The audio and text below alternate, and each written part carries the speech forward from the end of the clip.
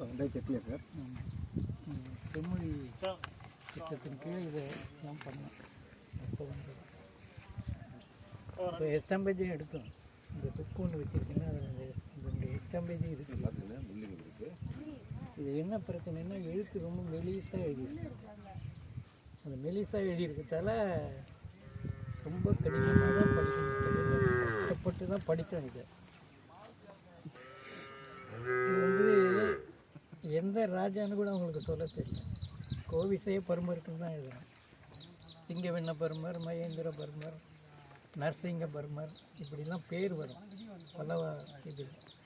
ஆனால் இந்த இதில் அந்த பேர் இல்லை, பெரும்பருமர் அப்படிங்கிறோம்.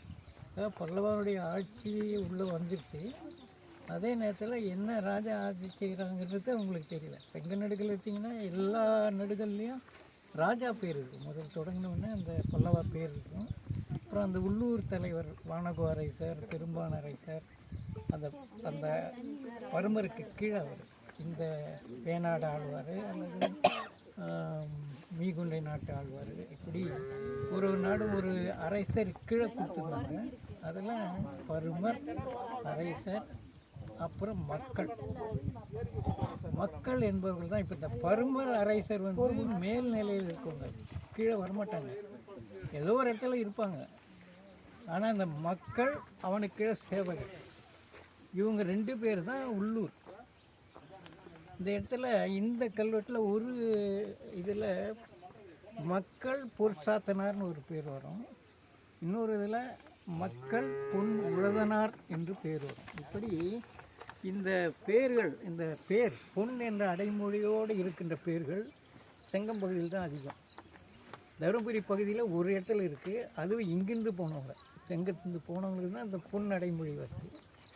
இந்த பொண்ணு எதை குறிக்கிறது அப்படிங்கிற ஒரு கேள்வி. பெரும்பாலும் வந்து பொண்ணுன்னா அழகு இதெல்லாம் சொல்லுவாங்க. இந்த தலைமை ஸ்தானத்தில் இருக்கிறவங்கள அழகாக இருக்கிறவன் அழகர், இந்த கள்ளழகர் இதெல்லாம் வர்றது கூட இந்த அடிப்படையில் தான். அவங்க பெருமை மிக்கவங்க என்ற அடிப்படையில் தான் அந்த பேரே வருது.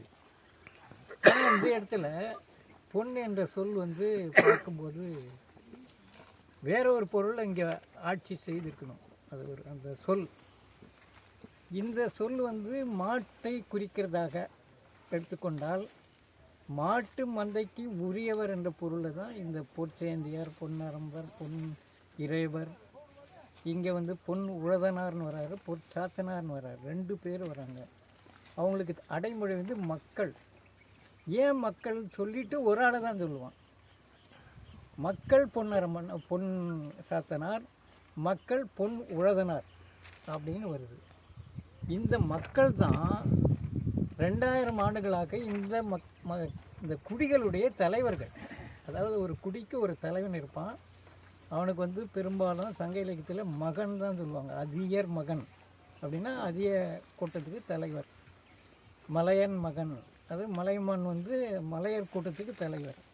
அது மாதிரி இந்த இடத்துல இங்கிருந்த குடிகள் ஒரு பிரிஞ்சு இருந்தது. ஒரு இரத்த உறவு உள்ள குடிகள் ஒரு 200 இருந்திருக்கு இந்த பகுதியில். அந்த இரத்த உறவு உள்ள ஒரு குடிக்கும் ஒரு தலைவர். அவர் தான் வந்து மகன்ற பேர். இங்கே ஏன் மக்கள் போடுறாங்க? மகன் போட்டு போக வேண்டியது தானே. மக்கள் ஏன் போடுறாங்கனாக்கா, நாம் சில நேரங்களில் ஆர் போட்டு மானார் அப்படின்னு போடுவோம். ஆனால் இவங்க என்ன பண்ணியிருக்காங்க, கல் போட்டு நிறைய பேர் இருக்கிற மாதிரி சொல்லி அந்த அடைமொழியை இந்த ஒரு ஆளுக்கு கொடுக்குறாங்க மக்கள்னு. இந்த ஊரில் குடிப்பெயர் அதிகம் வரல, வருது 1-2 இதில் வருது, பல இதுகளில் வரல. அந்த மாதிரியான ஒரு சூழ்நிலையில் இந்த இடத்துல நீங்கள் பார்க்கும்போது நீலகண்ட அரசர்னு ஒருத்தர் வர்றார். அந்த பக்கம் தொண்டானூரில் வர்றாரு. தொண்டானூர் கல்வெட்டில் தான் முதல் நீலகண்ட அரசர் வரதை நம்ம பார்க்குறோம். இந்த பகுதியில் அப்புறமா செந்தாரப்பேட்டை, சேலம் பகுதியில் கூட இந்த நீலகண்ட அரசர் வர்றாரு. இதில் வந்து பருமர்னு சொல்கிறாங்க. ஆனால் செந்தாரப்பேட்டைக்கு போனீங்கன்னா நேராக நீலகண்ட அரசர் தான் வரும். அவர் பேரை சொல்லி அவருக்கு இருக்கிற மக்கள், அவருக்கு இருக்கிற சேவகர் வருவார். மக்கள் சேவகர் 2 பேரும் உள்ளூர் சேர்ந்த வீரர்கள், தலைவர்கள். அந்த அரசர் பருமர்லாம் வந்து பல்லவர் நாட்டில் பல்லவர் ஆட்சி கீழே இதை கொண்டு வர நிலையில் கொஞ்சம் கொஞ்சமாக போயிட்டு இருக்குது. செங்கம் பூரா வந்துச்சு. ஆனால் இந்த பகுதியில் பல்லவராட்சி குறைஞ்சி தான் இருக்குது. இதான் பேர் கூட தெரியாமல் தான் இவங்க எழுதுத்த இந்த பகுதியில் அந்த அளவுக்கு அந்த அரசன் பேர் யாருன்னு தெரியாமல் எழுதுறதுக்கு அந்த அளவுக்கு இங்கே வந்து அந்த பல்லவ அரசோடு உள்ள தொடர்பு ரொம்ப கம்மி. பொதுவாகவே ஒரு நாட்டினுடைய எல்லை பகுதி இது வந்து பல்லவ நாட்டுக்குள்ளே இருக்குதுன்னு வச்சுங்க. அந்த பக்கம் போனீங்கன்னா தகடூர் நாடு. இந்த 2 நாட்டினுடைய எல்லை பகுதியில் தான் இந்த மாதிரி நடுகளில் இருக்கும். ஏன்னா அங்கே தான் வந்து மாடு ஆடு மேய்க்கிறது, அப்புறம் வீரர்கள் தங்கி இருக்கிறது எல்லைப்புறத்தில். அந்த மாதிரியான ஒரு சூழ்நிலை தான் இந்த வீரர்களுக்கு இங்கே இருந்து சண்டை போட்டு செத்து போனவங்களுக்கு நிறைய நடுகள் வச்சுக்கிற போக்கை நம்ம பார்க்குறோம்.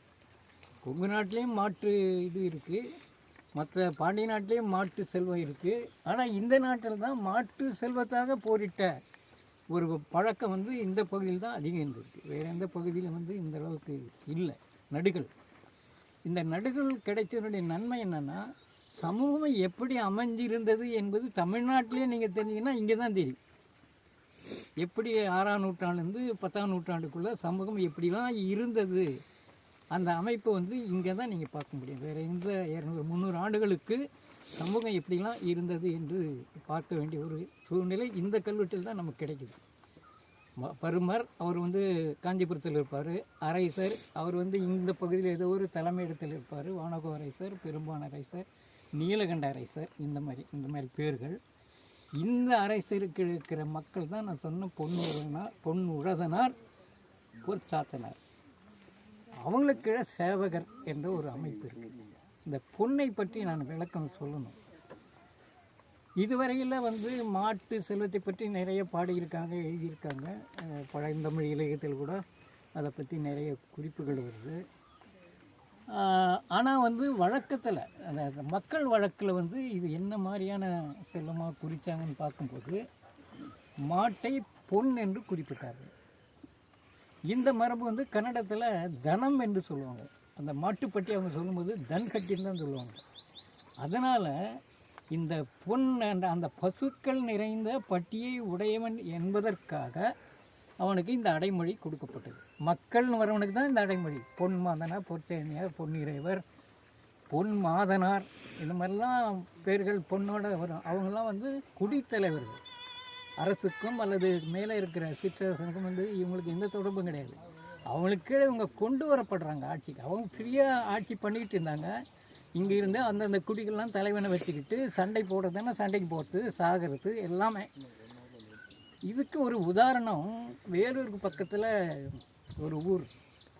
அந்த ஊரில் வந்து ஒரு நடுகள் கிடைச்சிருக்கு.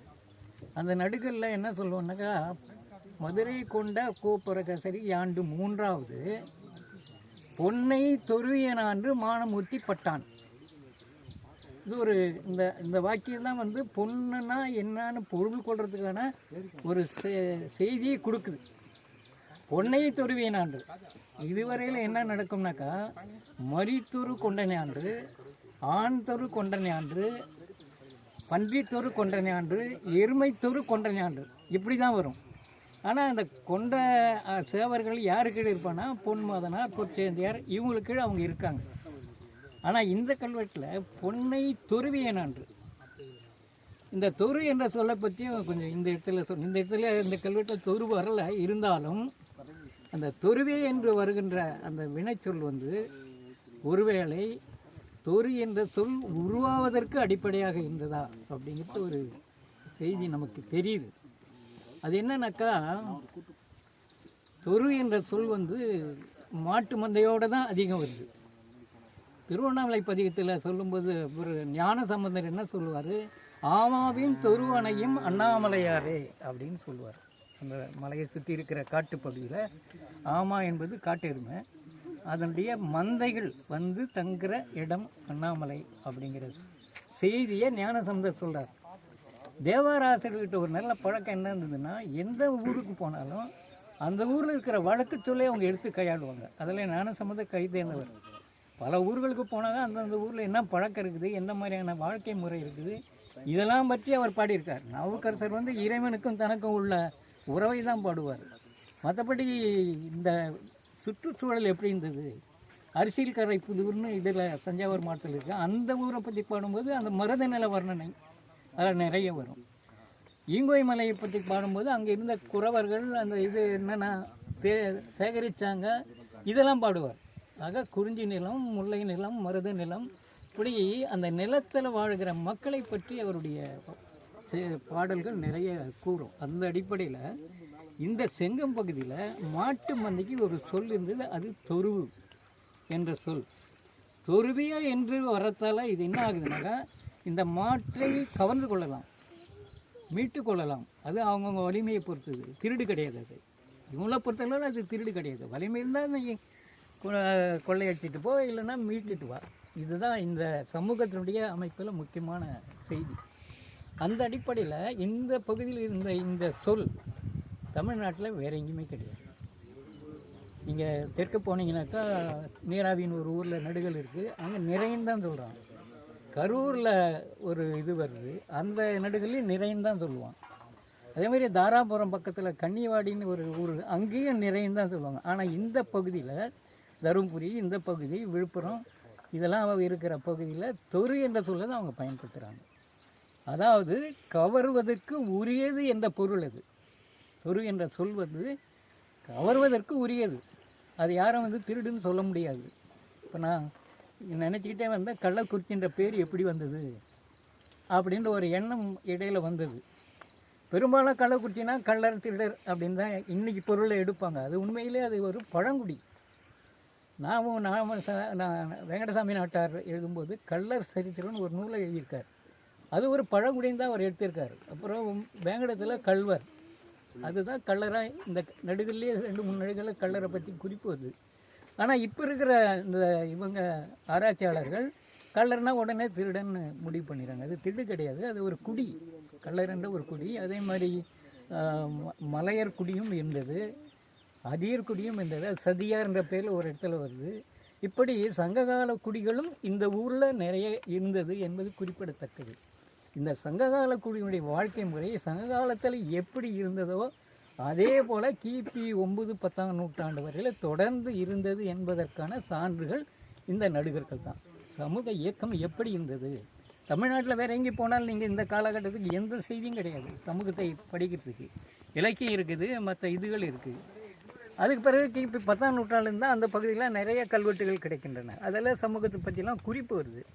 ஆனால் இந்த காலகட்டத்தில் சமூகத்தை பற்றி தெரிந்து கொள்வதற்கான நடுகர்கள் இங்கே நிறைய இருக்கிறத நம்ம பார்க்குறோம். அது எப்படி படிமுறை இருந்தது, அந்த ஒவ்வொரு அடுக்கும் எப்படி இருந்தது என்பதற்கான சான்றுகளாக இருக்கிறத நம்ம பார்க்குறோம். இதில் அந்த பருமர் என்பவர் யாருன்னே தெரியல. ஆனால் கிபி 6ஆம் நூற்றாண்டில் யாரோ ஒரு தெரிந்திருக்கான், அவனுடைய காலத்தில் இது நடப்பட்டது. அவருக்கு கீழே நீலகண்டரேசர். இந்த நீலகண்டரேசர் செந்தாரப்பட்டியிலும் வருது இவருடைய கல்வெட்டுகள்.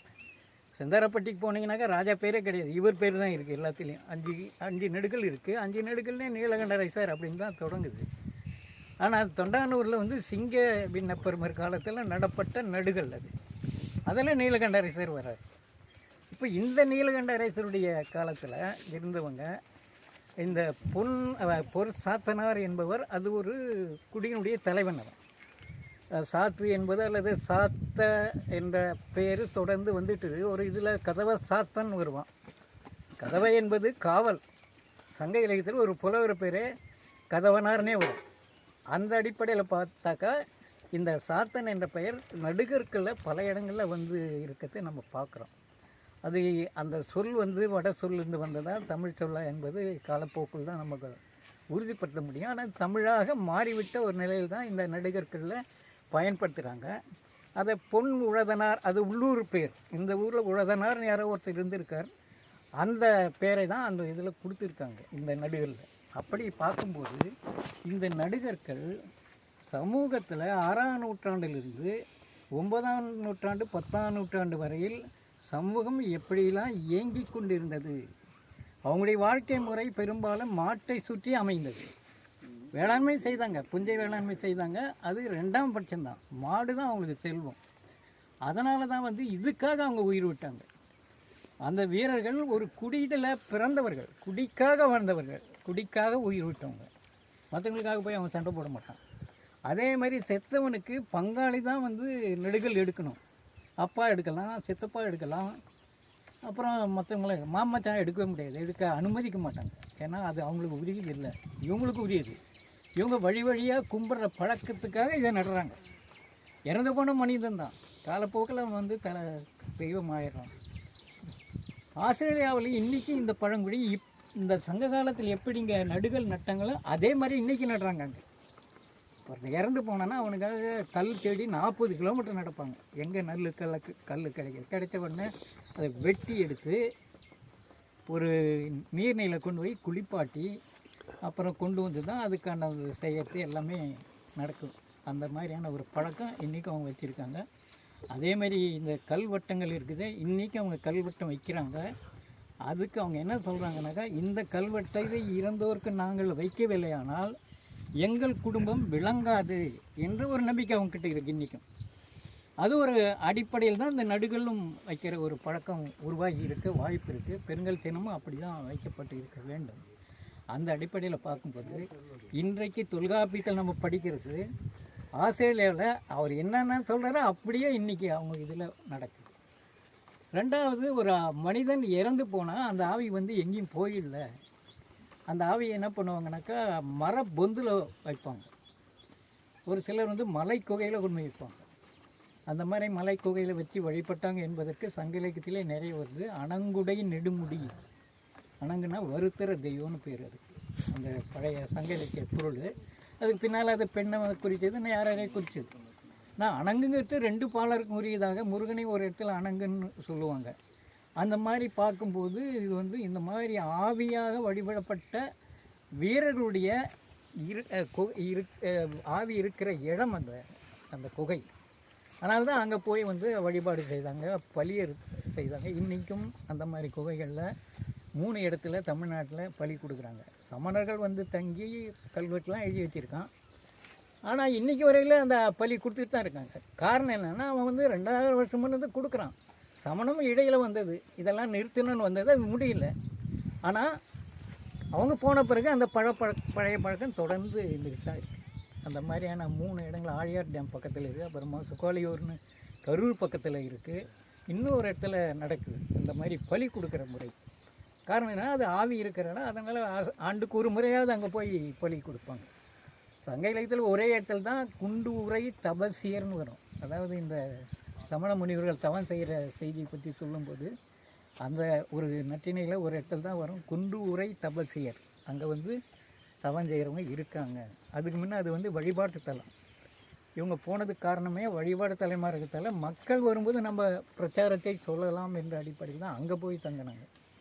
அப்புறம் அவங்க இறந்த பிறகு அங்கேயே நினைவு சின்னம் படுக்கையெல்லாம் வெட்டினாங்க. இப்படிலாம் இருக்குது. இந்த நடுகள் வந்து கிபி 6ஆம் நூற்றாண்டில் எழுதப்பட்டதாக இருந்தாலும் மொழி திறன் வந்து முழுமையாக வளரல. நிறைய தப்புகள் இருக்கின்றன, எழுத்து பிழைகள் இருக்கின்றன.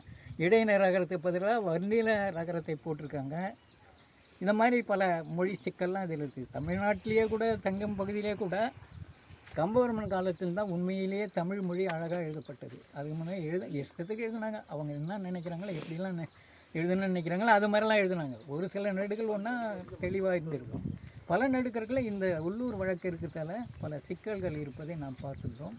அந்த மாதிரி கல்லில் எழுதி வைப்பது வந்து முக்கியமானது. இது காலங்காலமாக மக்களால் போற்றப்படும். நடுகளுடைய தோற்றத்தை நீங்கள் பார்த்தீங்கன்னாக்கா உலகத்தில் கிமு 11,000க்கு முன்ன துருக்கியில் புகலி தப்பே என்ற இடத்துல இப்போ கண்டுபிடிச்சிருக்காங்க. பூமிக்கடியில் பொஞ்சி கண்ட பலகை கற்கள் தான். அது வந்து 15-20 அடி உயரம். மேலே பார்த்தீங்கன்னா டீ ஷேப்பில் இருக்கும். அந்த கல்லில் ஒரு பகுதியில் ஏதோ ஒரு மிருகத்தினுடைய உருவம், ஏதோ ஒரு பறவையினுடைய உருவம் அதெல்லாம் இருக்கும். அது ஒரு வேளை அந்த இறந்து போனுடைய குடிப்பெயரை தாங்கியிருக்கிற அது குலச்சின்னமாக இருக்கலாம். ஏன்னா இதிலே கூட நிறைய பெயர்கள்லாம் நீங்கள் பார்த்தீங்கன்னாக்கா இந்த குலச்சின்னத்தினுடைய பெயரோடு வரது நீங்கள் பார்க்க முடியும். அதாவது பறவை பெயரோடு சேர்ந்துருக்கும், மிருகம் பெயரோடு சேர்ந்து. ஏரன் ஒருத்தன் வருவான். இதே கல்வெட்டில் ஏரன் ஒருத்தன் வரான். அந்த ஏரன்னா எருது. அது சங்க இலக்கியத்திலே ஒருத்தன் வருவான், ஏற்றைன்னு. அவன் வேற குடி. இங்கே இருக்கிற ஒரு ஆளுக்கு ஏரன் பெயர் இருக்குதுன்னா அந்த எருது பெயரை வைத்திருந்த ஒரு நிலையில் எருதையே குலச்சின்னமாக உடைய பல்லவர்களுக்கும் எருது தான் குலச்சின்னம். அதனால தான் நந்தி அவங்க போட்டாங்க. அந்த மாதிரி அந்த குலச்சின்ன பெயர்களும் இந்த நடுகளில் இருக்கிறத நீங்கள் பார்க்கலாம். அந்த மாதிரி வீரர்கள் பெயர் வரும்போது முதல்ல பருமர், அப்புறமா அரசர், அப்புறமா மக்கள், அப்புறம் சேவகர். இது மாதிரி படிநிலை மேலேருந்து கீழே வரலும் வரத்தை நம்ம பார்க்குறோம். இந்த மக்களோட தொடர்புடையவங்க மக்களும் சேவகரும் தான். அரசரும் பருமரும் இந்த மக்களோட எந்த வகையிலும் தொடர்பு இல்லை. இது தனியாக சுதந்திரமாக சங்க காலத்திலிருந்து நன்னன் காலத்திலிருந்து தனித்தனியாக குடியாக வாழ்ந்த ஒரு பகுதி. அதில் தான் ஒரு இடத்துல வரும்போது மலைபடு கடாத்தில் அந்த காணவர் வந்து கொள்ளையடிக்கிறாங்க. எங்கே குறும்பை போய் கொள்ளையடிக்கிறாங்க. குறும்புன்னு நிறைய சங்க இலக்கியத்தில் வரும்.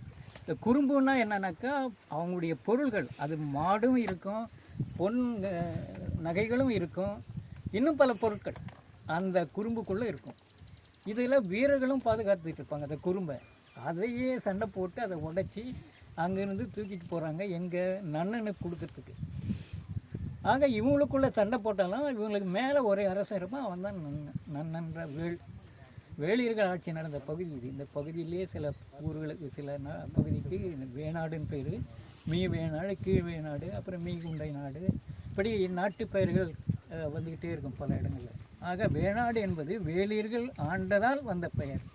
வேளியர்கள் பெரும்பாலும் மாட்டு வளர்ப்பில் ஈடுபட்டவங்க. எல்லா இடங்களையும் மாட்டு வளர்ப்பில் ஈடுபட்டாங்கன்னு சொல்ல முடியாது. மாட்டு வளர்ப்பு எங்கெங்கே இருக்குதோ அவங்க தான் வீரக்குடியாக மேலே வராங்க, ஆட்சியை பிடிக்கிறாங்க. வேளாட்சின்றதுலாம் இது வேந்தர் ஆட்சி ஏற்படுவதற்கு முன்பு இருந்த ஒரு ஆட்சி முறை. அந்த முறை வந்து இங்கே இருந்தது. அவங்களுக்கு தான் இந்த மாதிரி குடிகள் இருந்தன. இந்த குடிகள் வந்து தங்களுக்குள்ள சண்டை போடுறது, இது பண்ணுறது எல்லாமே முக்கியமான ஒரு இதுவாக இருந்தது. சாவு தன் கண்ணெதிரிலேயே இருக்குது என்பதை பற்றி கவலைப்படாமல் சண்டை போட்டு மாண்டவர்கள் இந்த பழங்குடிகள். அந்த அடிப்படையில் பார்க்கும்போது இந்த நடுகள் வந்து சமூக வரலாற்றுக்கும் மக்கள் வரலாற்றுக்கும் ஒரு நல்ல ஒரு எடுத்துக்காட்டாக இருக்க நீங்கள் பார்க்கலாம். அதில் வந்து கோவிசைய பருமர்க்கு 29வது நீலகண்டரேசரு மக்கள் பொற்சாத்தனாறு தன் சூர திரைசரி. இதில் வேறு விதமாக வருது. ஒரு கல்லில் ஒரு விதமாக வாசகம் எழுதியிருக்காங்க, எழுதலை வாசித்திருக்காங்க. இன்னொரு கல்லில் ஒரு விதமாக வாசித்திருக்காங்க. அந்த அந்த அந்த இவங்களுக்கு அவங்களோட சேர்ந்த வீரரோட ஒரு சண்டை போடுறான். யாருன்னா பண்ணினாரோடு எரிந்து பொன் உழந்தனார் சேவகர் சிற்றான வீரத்தானாறு எரிந்து பட்டார்கள். இல்லை முதல் கல், அந்த கல். இது வந்து சம்ப விண்ணனாரோட படிக்கிறாங்க. ரைட்டா? சம்ப விண்ணனாரோட போர் இல்லை எரிந்தனான்ற இல்லை இவங்க தான் படையெடுத்து வராங்க. இந்த சம்ப விண்ணனார் படையெடுத்து வரும்போது இங்கே கீழே இருக்கிற ஒரு சேவகர் தான் சண்டை போடுறாரு. அவங்கள போய் நிறைய பேர் சண்டை போட்டுருவாங்க, இவர் மட்டும் செத்து போயிட்டார். அவருக்காக இந்த நடுகளில் எடுத்திருக்காங்க. அதை வீரத்தனார் என்ற ஒரு வீரனுக்காக இந்த நடுகள் எடுத்திருக்காங்க. இந்த நடுகள் அதுக்கப்புறம் அதே காலத்தில் அதே இதில் 24வது ஆட்சி அந்த கோவிசை பருமருக்கு கீழ் 24வது கீழ்கோவலூர் கந்திரதரைசரி. இங்கே நல்லா இருக்குது அந்த இடத்துல. இந்த இடத்துல பார்த்தீங்கன்னா தன் சூரதிரைசருன்னு வருது இந்த இடத்துல. ஆனால் இதில் கந்திரை என்று வருது. அது வந்து சில மாற்ற வேண்டி இருக்கும். ஏன்னா இடத்துல வித்தியாசம் வேறு இருக்குது. மக்களுள் கோதுகள் மாச்சியனூரை எரிஞ்சனாண்டு இவங்க தான் சண்டைக்கு வராங்க.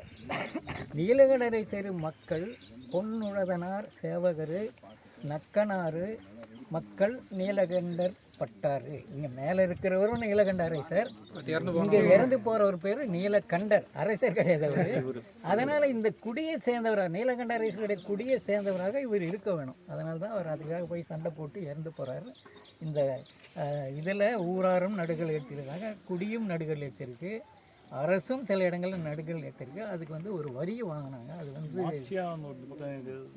அது பார்க்கணும். ஆனால் இன்னொரு இதில் வச்சுக்கிற டெக்ஸ்டில் வேறு விதமாக இருந்துச்சு. மாக்கினார்னு இருந்தது, அப்படின்னு இருந்தது. இந்த கல் வந்து அப்படி படிக்கிறதுல பல சிக்கல் ரீரீடிங் பண்ணலாம். Okay okay. அந்த இதில் வந்து நீங்கள் அந்த குடியை சேர்ந்தவர் சேர்த்திருக்காரு. இன்னொன்று நீங்கள் செந்தாரப்பட்டி சொன்னால் 5 நடுகளும் நீலகண்ட ரசை தான். மறுமாதிரி யாருமே வரல, அது வரலாம் பல்லவா போகலை, இந்த வருடம் நின்று போகுது. அவங்க இதில் பார்த்தீங்கன்னா வடுகன் ஒருத்தன் வருவான். அதாவது வடுகன் என்பது இங்கே மொத்தக்கல்ல வந்தது. அப்புறமா இன்னொரு இடத்துல ஊத்தங்கரை பக்கத்தில் ஒரு கல்வெட்டில் வடுகன் வராங்க மகேந்திரா காலத்திலே. அந்த மாதிரியான அந்த சொல் வந்து இவ்வளவு உள்பகுதியில் அவங்க வந்து குடியேறினாங்க என்பதற்கான சார்ந்து அந்த செந்தாரப்பட்டியில் இருக்குது. அந்த அடிப்படையில் பார்க்கும்போது நீலகண்ட அரசர் ஒரு பெரும் பகுதியை ஆண்டு கொண்டிருந்த ஒரு மன்னனாக இருக்க வாய்ப்பு இருக்குது. அவர் வந்து பின்னால் பல்லவா இதுக்குள்ளே அவங்க நாட்டுக்குள்ளே கொண்டு போகிறாங்க. ஆனால் பல்லவர்கள் என்ன பண்ணாங்கன்னா இந்த பகுதியை கண்டுங்கானதை விட்டாங்க. நீங்கள் எதனா சண்டை போட்டுங்க, எதனா அடிச்சுங்க பிடிச்சிங்க. ஆனால் ஆட்சியாண்டை மட்டும் இவன் சொல்லுவான், இந்த அரசன் இந்த காலத்தில் இந்த ஆண்டில் இந்த கல்லை நட்டோம் என்றுலாம் அதெல்லாம் சொல்லுவாங்க. ஆனால் பல்லவர்கள் இவங்கள எதிலையும் கண்டுக்கலை. இவங்கள வளர்க்கறதுக்கு நீர்நிலையும் உருவாக்கலை. அங்கெல்லாம் நீங்கள் பார்த்தீங்கன்னா பல நீர்நிலைகள், மகேந்திர தடாகம், வைரமேக தடாகம் என்றெல்லாம் பெயர் வைத்து நிறைய ஏரிகளை வெட்டியிருக்காங்க. ஆனால் இங்கே வந்து கிபி 10ஆம் நூற்றாண்டில் சோழர் காலத்தை தொடங்கிறது கொஞ்சம் முன்ன கம்பவர்ம காலத்திலேயே கூட நீர்நிலையை வெட்டுறாங்க. அந்த கடைசி கட்டத்தில் ஆரம்ப காலத்தில் இவங்க இதை கண்டுக்கல. மாடு மேய்ச்சிட்டு இருந்தாங்க, அதை வச்சு பிழைச்சாங்க, அதை விற்றாங்க. அது மூலம் கிடைச்ச வருமானத்தை வச்சு வாழ்க்கையை நடத்தினாங்க. அதுதான் அப்புறம் புஞ்சை வேளாண்மை செய்து அதுக்கான சான்றுகள் நிறைய நம்ம எக்ஸ்கவேஷன் இங்கே பகுதியில் செய்த போது கேழ்வரகு கட்டிருக்குது, சோளம் கட்டிருக்கு. அதாவது புஞ்சை தானியம் தான் இங்கே செய்ய முடியும். அப்படியான நிலப்பகுதி பின்னால் தான் டேம்லாம் வந்த பிறகு மருது நிலமாக மாறுது. அந்த அடிப்படையில் இந்த நடுகர்கள் பல வகையில் சமூகத்தை எடுத்து காட்டுகின்ற செய்திகளை நமக்கு அளிக்கின்றன. அதுவும் இந்த நூற்றாண்டுகளில் தமிழ்நாட்டில் எந்த பகுதியிலையும் கிடைக்காத சமூக செய்திகள் இந்த பகுதியில் தொண்டமண்டலத்தினுடைய வடமேற்கு பகுதியில் நிறைய கிடைக்குது. அது பின்னால் வர சமூக வரலாற்றுக்கான செய்திகளாக இருக்க சந்தேகம் இதெல்லாம் அடுத்து கேட்டுக்கலாம். அப்படியே போட்டோ என்ன கொஞ்சம்